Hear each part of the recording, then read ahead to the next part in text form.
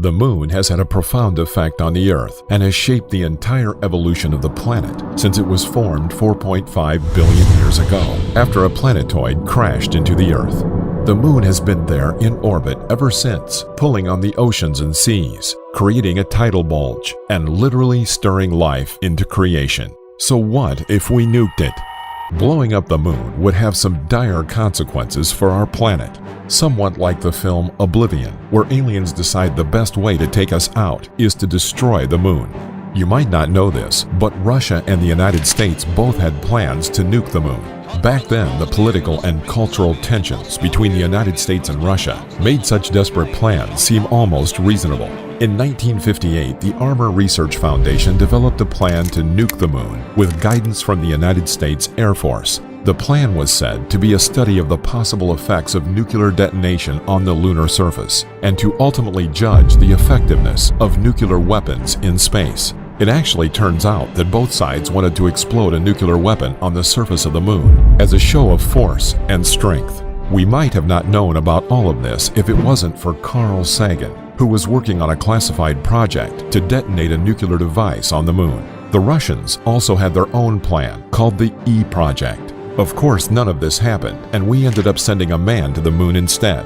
So the idea of nuking the moon isn't a new idea. The question is, why would you want to nuke the moon? And what would happen if we could?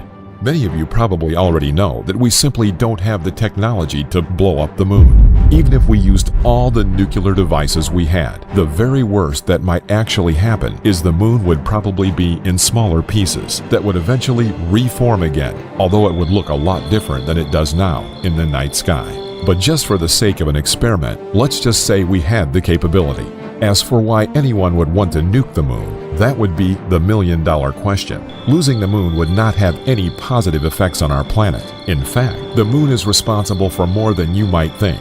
It turns out that our moon does a lot more than just give us light at night. Impact craters on the moon show that our lunar satellite has taken a few blows from asteroids that might have hit the Earth instead. Even if the Earth survived the effects of the moon being blown up, other space rocks could now hit the Earth, but that's just the beginning. Without the moon, there would be a lot of negative effects on the planet, depending on the way the moon exploded and which direction the pieces decided to go. Destroying the moon would result in approximately 7 times 10 to the 22nd kilograms of debris, which hopefully wouldn't hit the Earth in large chunks. But since the moon is kind of close to the Earth, you can bet that a lot of that debris is going to impact the Earth. You might be wondering how many nukes you would need to blow up the surface of the moon. Using some fancy online tools, it has been estimated that if the moon was blown up using nuclear weapons, it would take 9,000 15-megaton nuclear bombs, like the Castle Bravo bomb. If such an explosion combined were to happen at the same time, there would be big chunks of the moon flying through space, and a lot of those pieces would head straight for Earth. There is a good chance that many of the pieces would be big enough to cause major catastrophic damage and hit the mainlands. There would be a rain of rock on the Earth from the exploded moon. It might take days for some of the pieces to reach us, but they would be visible from the sky as they hurtled towards the Earth.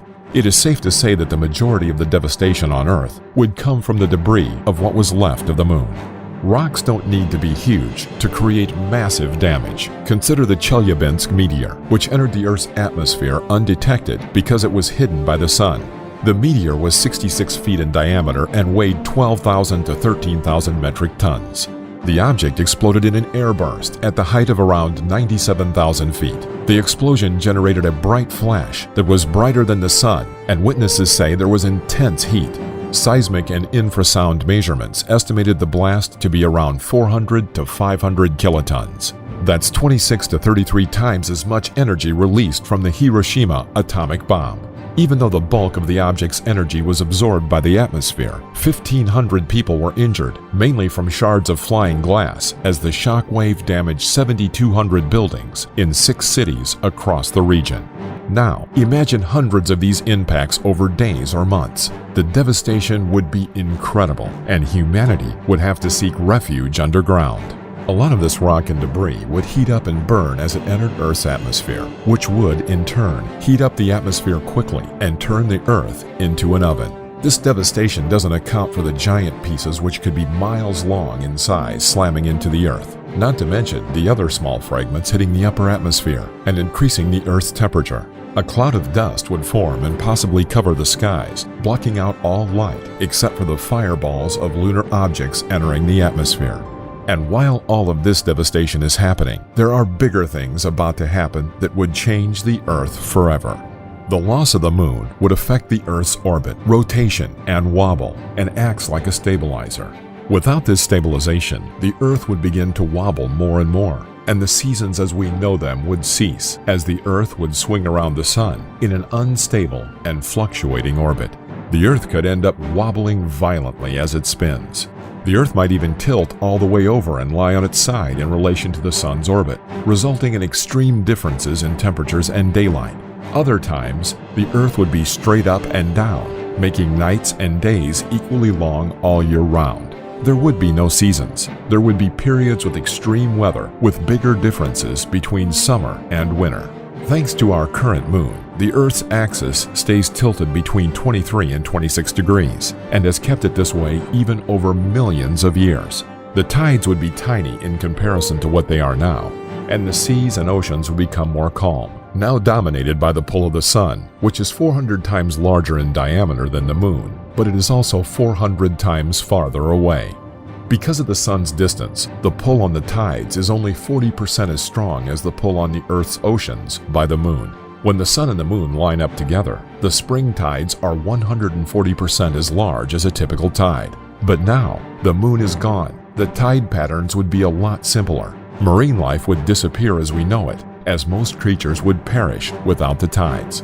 If you suddenly remove the Moon, there may or may not be giant tidal waves, since the gravitational forces from the Moon would suddenly be gone. If on the other hand we decided to use some kind of Death Star weapon and blow up the Moon, we might avoid some devastation for the first few years until the wobble got us.